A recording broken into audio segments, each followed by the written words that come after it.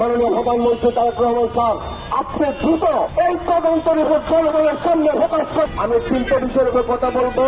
আমাদের ভিতরে পিলখানার ভিতর এবং বাইরে, আপনারা সকলে জানেন ঘটনাটা ঘটেছে পিলখানায় না, সাংবাদিক মুন্নিশার মাধ্যমে ষড়যন্ত্র করে, যার তদন্ত কমিশন নাম এসেছে মুন্নিশার মাধ্যমে ষড়যন্ত্র করে পুরো বাংলাদেশে পিলখানার ভিতর এবং বাইরে ৪৭টা স্থাপনায় এই ধরনের ষড়যন্ত্র করে মিথ্যা বিদ্রোহ তকমা দিয়ে লাগিয়ে ফেলছেন।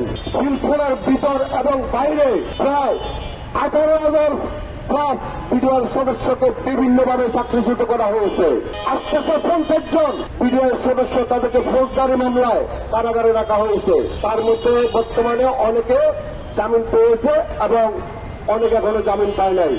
আমরা দাবি করব এবং দাবি জানাচ্ছি, বর্তমানে যারা নিরপরাধ বিডিআর সদস্য কারাগারে আছে তাদেরকে দ্রুত যেন জামিনের ব্যবস্থা করা হয়। যে সমস্ত বিডিআর সদস্য ভাইরা আছেন তাদেরকে দ্রুত মুক্তি দিয়ে তারপর আপনি কার্যক্রম করুন। যদিও কোনো দোষী থাকিলে আমরা প্রয়োজনে তাদেরকে আমরা সহ আবার গ্রেপ্তার করে নিজের হাতে আপনাদের হাতে উড়ে দেব। তবু আপনি আমাদের নিরপরাধ জেলবন্দীদেরকে তাদের পরিবারের কাছে যাওয়ার সুযোগ করে দিন। আপনার কাছে আমরা আগমী জানাচ্ছি বিনিয়োগের সুরক্ষ থেকে। আমি এই পরিবেশে বলব, আমরা ১৮,৫১৯ জন বিডিআর সদস্য আমরা মজলুম। আমরা তৎকালীন সরকারের পরিস্থিতি শিকার। আমরা কোন বিদ্রোহী নয়। মিথ্যা তকমা দিয়ে আমাদেরকে বিদ্রোহী বানানো হয়েছে তাদের অবকর্মকে ঢাকার জন্য।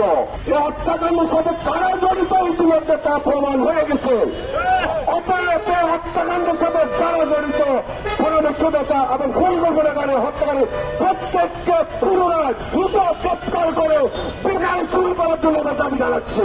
তদন্ত যখন সকলের হয়েছে, অতএব প্রত্যেককে এর আওতায় রেখে আমাদেরকে সুযোগ সুবিধা দিতে হবে রিপোর্টটি জনসম্মুখে পাবলিক করার জন্য।